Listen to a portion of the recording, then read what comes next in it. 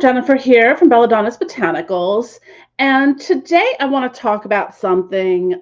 This is a topic that is actually something that's really important to me as a content creator, as a product creator, as someone who does some energy work and readings, ritual, and has done ritual for hire services in the past, and has been in this industry for a while. And that is the when you look at ritual services and products offered that are extraordinarily high cost. And sorry, my take my glasses off because my ring light reflects on them oddly. Um, Now, one of the things I want to talk to about this, I'm going to go really in depth into this subject from a couple different perspectives and give you my honest advice on this. So now, how Now I'm talking high cost in charging like 5 grand for a ritual. I'm talking high cost in, having a consecrated ritual oil that costs $500. That kind of cost.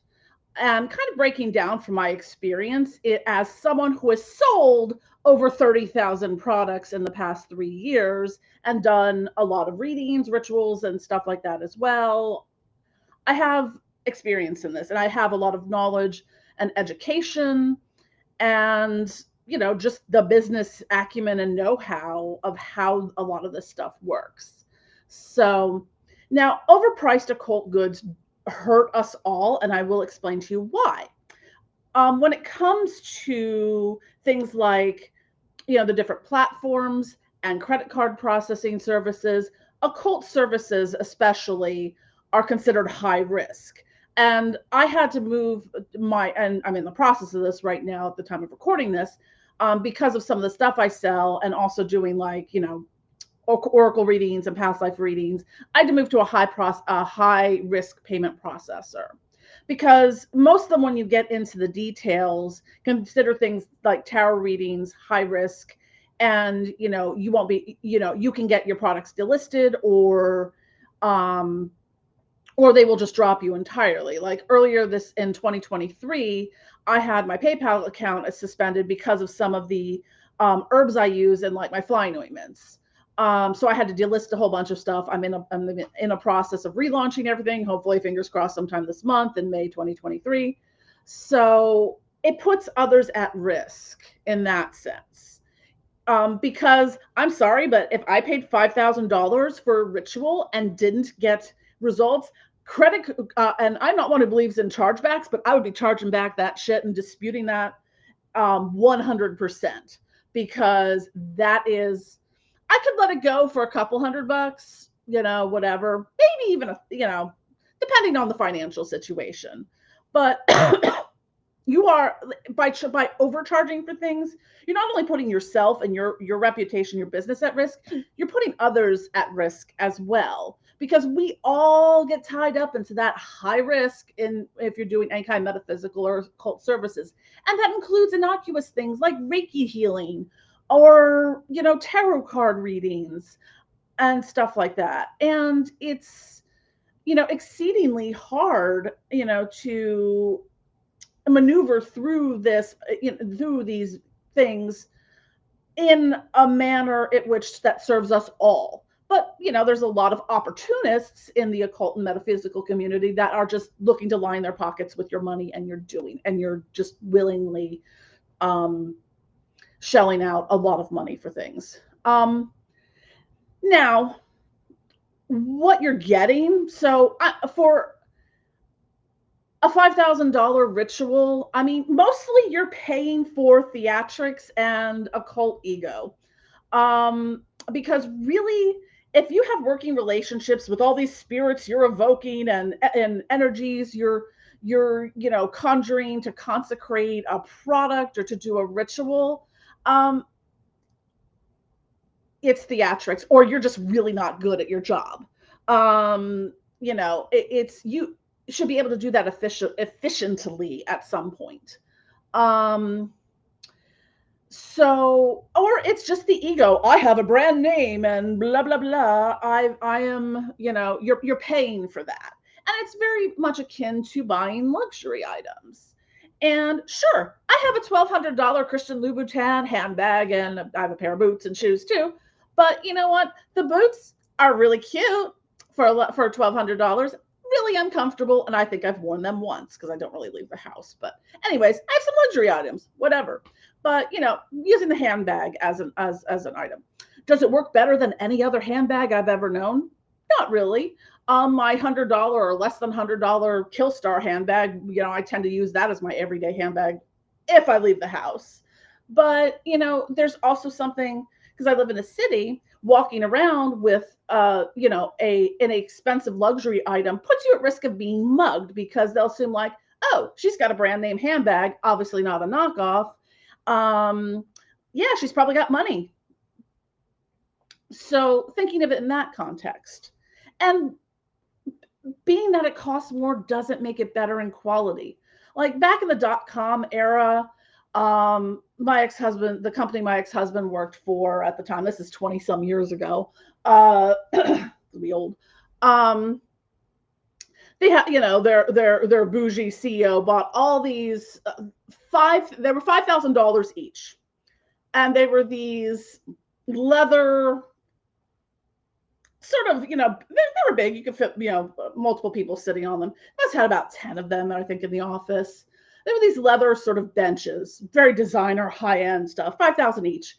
They were about as comfortable as sitting on a pallet of bricks wrapped in leather for the low, low cost of $5,000. Sometimes you get what you pay for. And that, okay, you've got something that's sort of a status symbol, luxury item, whatever, that was uncomfortable as fuck. May have looked nice, but it wasn't functional. It didn't really do anything. It didn't serve a purpose. Probably has long since been in a dumpster somewhere. But anyways, that was the excess and waste of the .com era. But high cost doesn't equal better results. And it's not accessible to a lot of people. If you're hiring someone to do a money magic ritual for you, that's $5,000. You probably don't actually need a money magic ritual at that point if you can already afford $5,000 for someone to do a ritual, because the people who actually need that money don't have $5,000 to throw at some bullshit magician for that kind of work. It's not accessible. Now, if you have a tier in which, you have VIP clients, because yeah, sure, there's, if you are well established and well known and have very results driven work to back up that, yeah, I can see that having a VIP client, if you have the kind of clientele that's going to pay for it. If your clientele is, politicians or, famous people, etc., the elite and stuff like that, by all means. But that's a very small population. And then of that population, how many are willing to work with an occultist to achieve their goals? So yes, you can have that option out there, but it's not, if your starting level is already beyond what people are, the average of what people charge and are willing to pay for a ritual, it kind of, it's not a good look. So yeah, or are you doing less work for someone because they can't pay you as much? That also seems kind of, because the people that really need the prosperity work and the money magic, well, maybe not able to pay $5,000 for it, probably need it much more than the person can pay the $5,000 for it. So, you have to look at the motives in that as well. And we're all doing things to make a living. I mean, I'm not besmirching the whole of the occult practices. I'm just giving you sound advice on what to look out for, because that's a lot of what I do, is dispelling the bullshit in the occult and metaphysical community, and also the stigmas and the other types of BS that get espoused, because there's a reason for that. I would, if I looked at a website and their average rituals are well over $1,000, I'm never going to go back to that website. I'm just gonna be like, all right, whatever. So moving on from the ritual part of it, I mean, well, or to close up the part about the rituals. I've paid, I've, hired people to do rituals that maybe cost upwards of 1,000, or a couple hundred, or ones that are group rituals, and I contributed, between $25 and $200 too. Um, it's,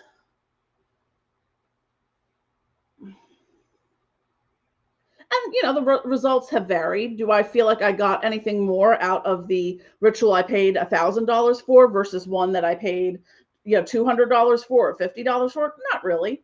Um, so that's something to consider. And because I mean, anyone can offer a ritual and make any kind of claims, and oh, it's a month long ritual doing this and that and consecrating this and that and all this other stuff. But are they though? I mean, to quantify $5,000 of work over the course of a month. Let me know how that breaks down. I want to see a spreadsheet. And I want to know what your hourly rate is, because I get the feeling that your hourly rate might be a little unrealistic, but I digress. So now I'm going to move on into different types of products and materials. And I grab these because I want to show some things for size. Now, as I mentioned at the beginning of the video, I speak from having sold over 30,000 products in the past 3 years. And these are all products that I make myself, except for maybe some crystals, but whatever. Some things are ritually consecrated. Everything, being that everything I create is within a magical environment and stored in a magical environment, it's always absorbing that energy, magical energy, and imbuing it with that energy. I mean, I make most of my stuff on the first floor, and I've got 4 altars, maybe. I don't know. There's a couple little end tables, so I'm just counting those as part of like the main altar. But I have at least 4 altars already on this floor for different purposes. Not to mention the ones I have upstairs. I have another, my Santa Muerte altars up there, and I have, I think in the back room I might have I moved some of my Mammon stuff down here, but my Mammon stuff is usually up there in the back. The back bedroom, which is half storage, or product storage, it's stored in a magical environment and things are consecrated. I can, call, and some of that is a matter of your own abilities. Like I can spend 20 hours or 2 weeks, calling Lucifer and having him charge this oil. Now,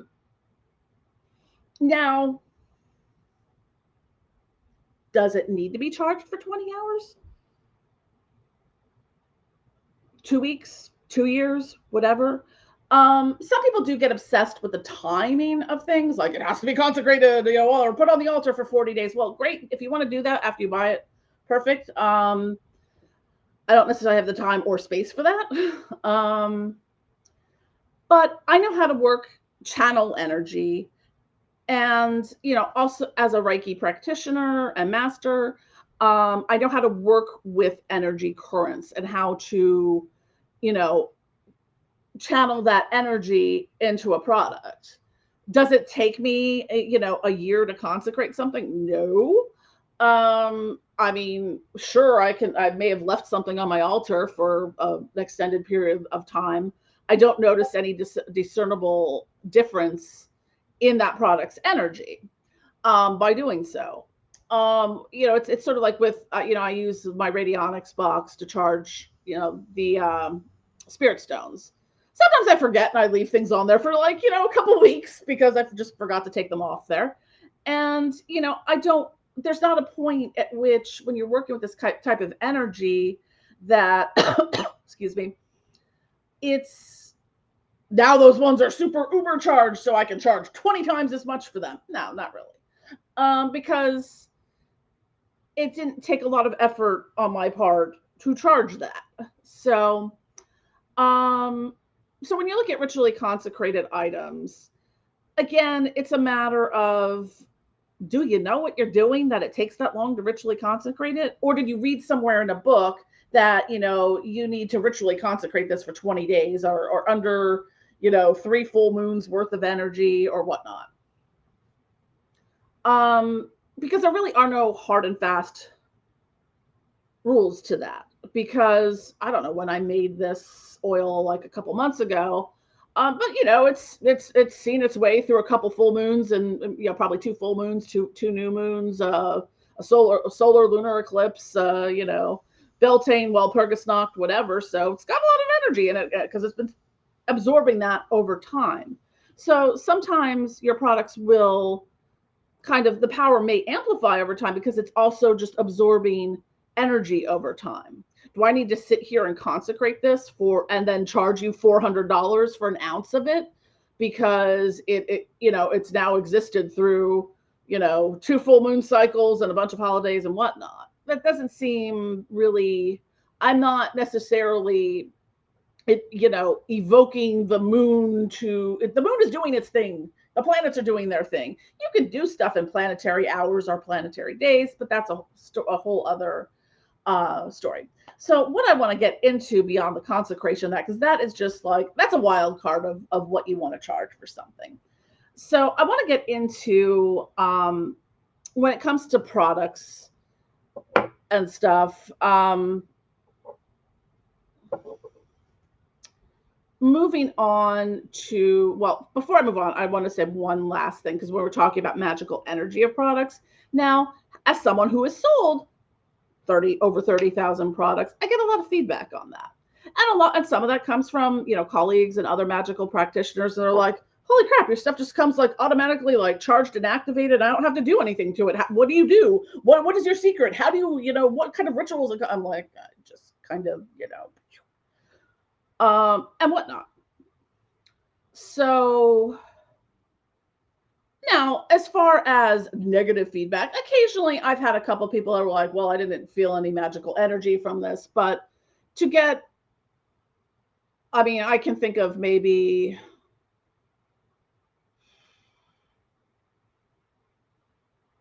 less than 5 times I've been told that over the years. Most of the product feedback I've gotten is people not feeling the effects from flying ointments and tinctures and smoke blends, but that's kind of a different. You're not solely relying on magical energy. It's plant medicine. So, and that's going to interact very differently. I have a whole bunch of videos on expectations when it comes to flying ointments and theogenic products. And some of the times people are expecting an ayahuasca experience. And I'm sorry to disappoint. You're not going to trip balls. Anyways, so, I take that feedback into account of that. And also one of the thing too, is people will, for a bottle of a ritual oil this size, I standardize the pricing on them. So these are all $17.99. And sometimes people are like, your stuff's so expensive, or, things. I'm like, I've had to increase my charges or increase my product prices because I realized early on I was shortchanging myself, because there's 3 things that go into product pricing. You have the at cost. How much did all the materials cost to make this or a batch of this? And then you have the at cost plus labor. So what are you charging yourself an hour to make anything? Are you charging yourself $30 an hour or $300 an hour? And then also figuring things into overhead costs. And that kind of goes into sort of the retail markup part of it, is what are my overhead costs on this? What are all the fees I have to deal with selling this product online? What are all the, factoring into credit processing fees and a whole other, do you have, a physical store in which you're selling products that you're paying rent on? Or I work from my home, or figuring out, all the, because I have an LLC, all the tax stuff that comes into that. So there's a lot that goes into that, the overhead that goes into the retail markup. And that's something that I've had to increase over the years because of, like Etsy keeps increasing, it's seller fees and stuff. So, it's like, okay, yeah, this is $17.99, but by the end of the day, until they, siphon off the fees, how much am I actually making on it? So that's something to take into consideration when you're looking at product pricing. Thankfully for me, while it's not the perfect inventory system, I have software I use, but it calculates some of that cost for me. So I'm able to kind of look at this and go, okay, the average cost of this, wholesale cost is X, so I'm marking it up by Z. So, or whatever percentage. So that's it. Now, if I wanted to, mark up for something ritually consecrated, excuse me. Okay, so for example, if I took this and ritually consecrated it for a month, I'm not doing 24/7 work on this for a month. So because it sat on my altar for a month, how much am I going to charge for that? So some of these things are wildly variable. Did I do a ritual? Well, okay, how much time did that ritual take up, really? Or am I just overdoing it to jack the price up? So I could say this has been ritually consecrated, and during an invocation of the entire Goetic hierarchy, and then I sex magicked on it and whatnot, and now it's $400 an ounce. No, it's not going to be worth $400 an ounce, because you could sell something for $20 an ounce and have it have the exact same magical effect. But I digress. So now what we want to get into is the actual costs of materials. And that is something that can also vary wildly. Now, and there's different processes for things. So I'm gonna kind of stick to some of the essential oils and herbs part of it, because that's the brunt of what I do. But essential oils can vary wildly in process. Now, using rose essential oil. Now, there's different methods of making essential oils. The most prominent is steam distillation. However, a plant material does not produce a large quantity of oil during the steam distillation process. I forget the exact measure, but it's like, 12 dozen roses. I think that might be it. 12 dozen roses will give you one single drop of steam distilled essential oil. You need a fuck ton of roses to make essential oil. Therefore, when you buy steam distilled essential oil, this is a 5 ml. This is a different oil, but this is a 5 ml bottle, just to give you an idea of size, as compared to, the 1 ounce bottle. This is 5 ml, which is about 0.166797 of an ounce. Don't ask. It's part of how I have to put my formulations into my inventory system and whatnot. So like, I know that. So it's about a sixth of an ounce, I think, roughly. So for a rose essential oil, 5 ml of it, milliliters of it, this is going to run you, the last time I looked, probably about $200, $250 for a sixth of an ounce. Now imagine having to use that in bulk. That's going to add up pretty fast. So if you're using high-end essential oils for certain things, especially some of the more delicate plants, you're going to be paying a lot more for them. So that's something to take into consideration. Now, however, with rose, there is the solvent extraction form, which is rose. You'll see it as rose absolute. It's just a different process. It's also slightly cheaper to do because the yield of oil from that is greater. So, maybe you'll pay $90 for your 5 ml versus $250. But that's just one example. And then you'll see what you see a lot of times, especially on Amazon, is like, rose oil, 1 ounce for $20. What that really is probably some of the, I would say probably some of the rose absolute that's diluted in like propylene glycol or a carrier oil like fractionated coconut oil, something like that. It's perfectly fine to use. It's just not pure unadulterated essential oils. And lastly, you can use like a fragrance oil, which is completely synthetic. Now, sometimes people will be like, well, if it's synthetic, does it have the energy and frequency and um, of a rose oil? It's like it's different. It's like yes and no. It's kind of like you can put that intention and that energy and that frequency in that, because some things do not. There are some plant materials and fruits or types of things that just do not make essential. There's no strawberry essential oil. So you have to have a strawberry fragrance oil. So you're using, like, say, a strawberry fragrance oil, something as the symbolic or aromatic correspondence of the energy of strawberry. So that would be the same thing if you're using like a rose fragrance oil. So, but like a rose fragrance oil, I can get 4 ounces of that for like, $10-20. So it's much cheaper because it's synthetic. Now, in some things that take high volumes of fragrance to make them actually fragrant, like candles and soap are the two biggest ones for that. Like the industry standard for soap is about, I think, an ounce of fragrance per pound. So that would be this much essential oil per pound, which is not going to yield you a whole lot of.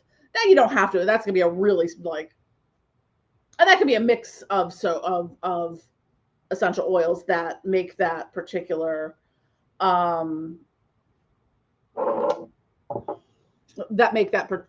go into that blend. So candles are also like that too. So that's why a lot of times when you see candles, they're made with fragrance oils, because like people always like, well, do you have a pure sandalwood soap? I'm like, yeah. Do you want to pay $50 a bar of soap? Because pure sandalwood essential oil is really expensive, unless you get cheap, diluted versions of it. So, in the likelihood that, most people aren't going to pay $50 for a bar of soap, you use a fragrance oil.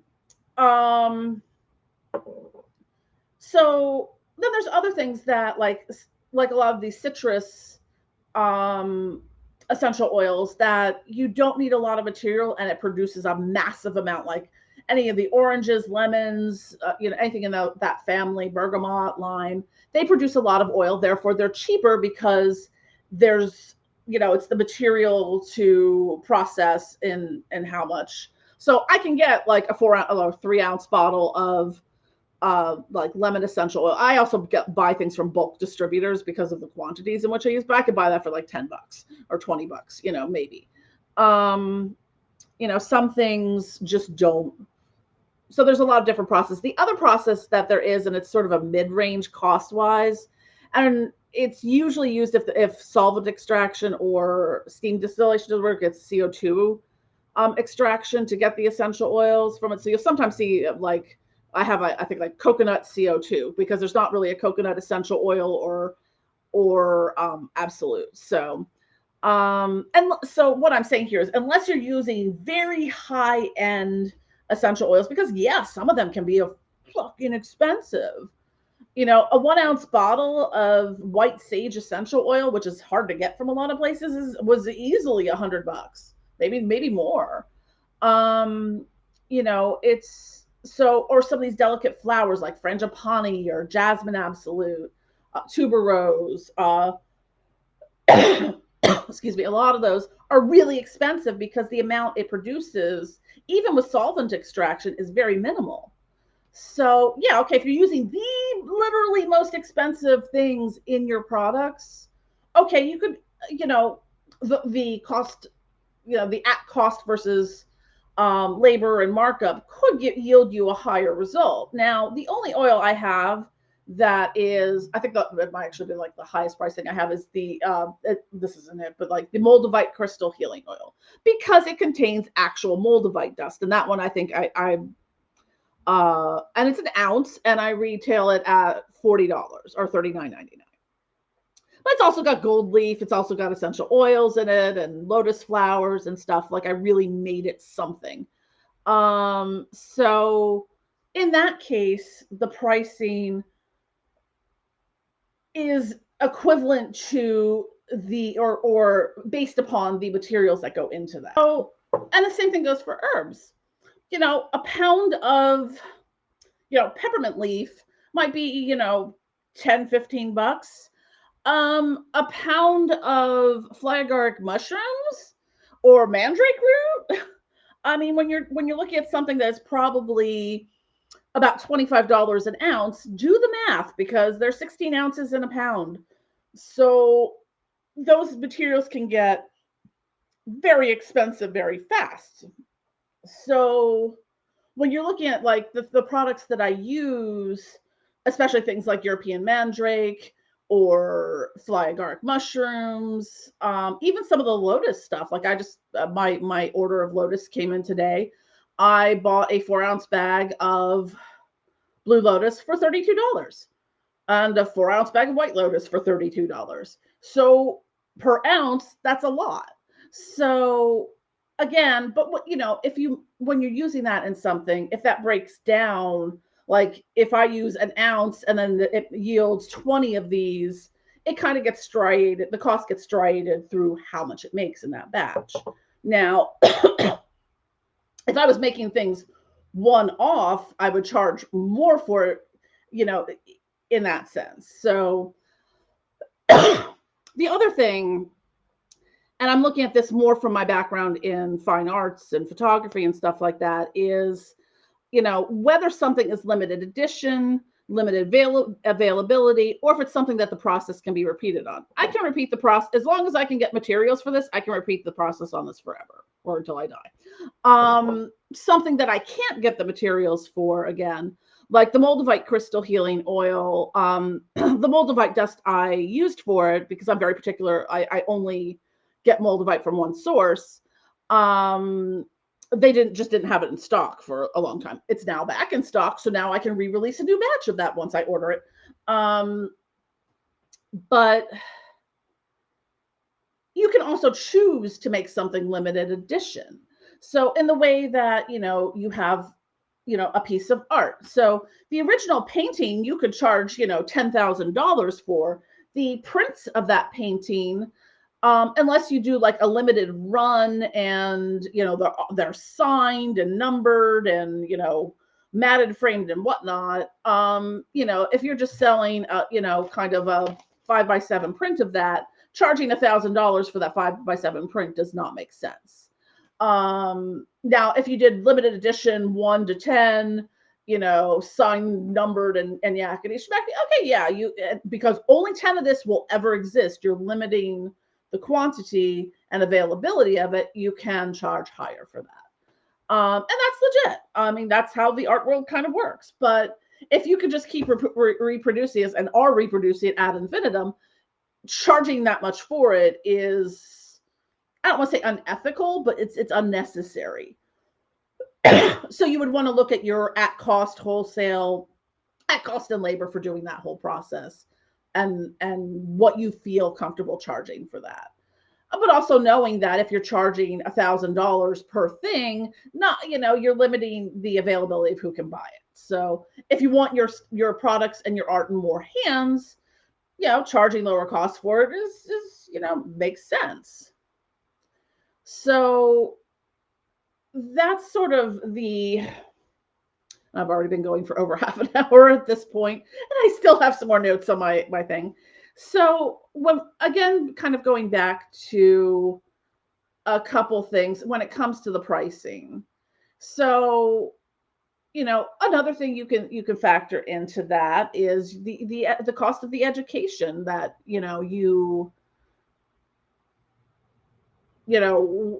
because I have certifications in aromatherapy and herbalism, or maybe, certain parts of herbalism.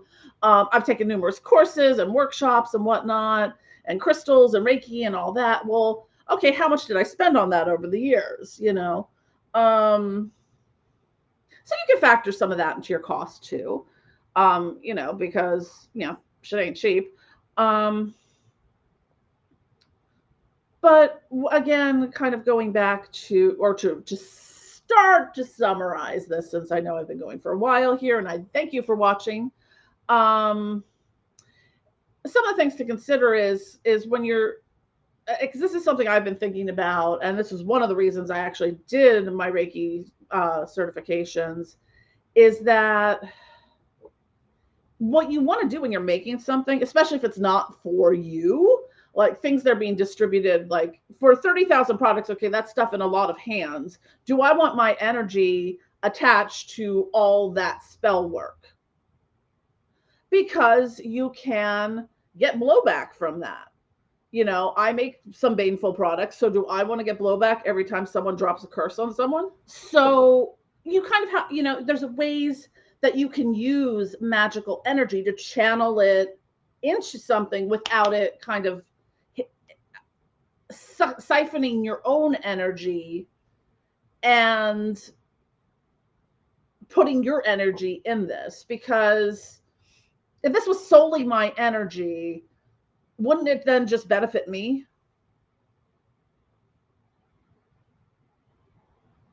So knowing how to work with energy in magical products is really key. Now, if you're channeling spiritual energy in it, like, okay, this is Lucifer's love drawing oil or something. Okay, so I'm channeling Lucifer's, that sort of energy signature and intention into that. So it's a little bit different there. Are you ever going to be able to guarantee you have, I said, someone asked this question once, are you ever going to be able to guarantee this contains 100% of Lucifer's energy? There's no way to quantify that. And I could charge this until the day I die. It's still with Lucifer's energy. It's still not going to have 100% of Lucifer's energy, because I talk about this a lot, is people come into the metaphysical occult spectrum with a lot of really unrealistic results. And that goes both ways, because there's a lot of practitioners that guarantee, unrealistic expectations, and then it makes everyone look kind of crazy pants. But, there's a lot of unrealistic expectations of outcome. Can this oil give you as much benefit as an oil you're paying $400 for? Absolutely. Absolutely, it can.